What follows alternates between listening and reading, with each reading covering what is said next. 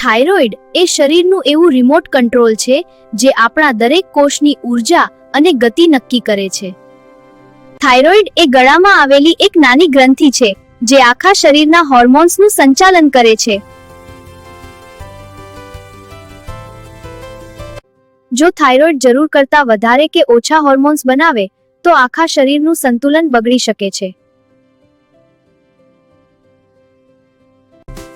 જો હોર્મોન વધારે બને તો તેને હાઇપરથાઇરોઇડિઝમ કહે છે અને હોર્મોન ઓછા બને તો તેને હાઇપોથાઇરોઇડિઝમ કહે છે.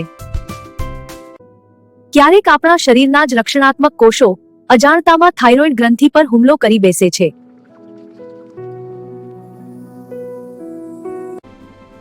પરિણામે આપણા શરીરની આખી સિસ્ટમ અને તેની કામ કરવાની ઝડપ બદલાઈ જાય છે.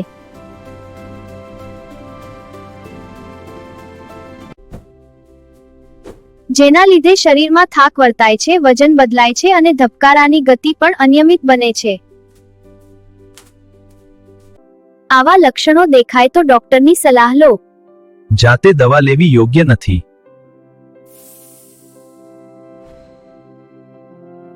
સારો ખોરાક, આયોડિનવાળું મીઠું અને સમયસર તપાસ એ જ થાઇરોઇડથી બચવાનો ઉપાય છે.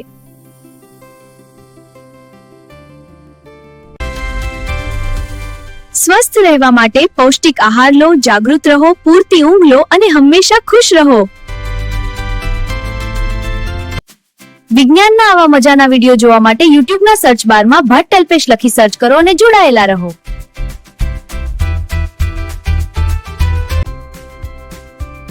હવે તમારે કયા રોગ વિશે જાણવું છે? કમેન્ટ કરીને જરૂર જણાવો.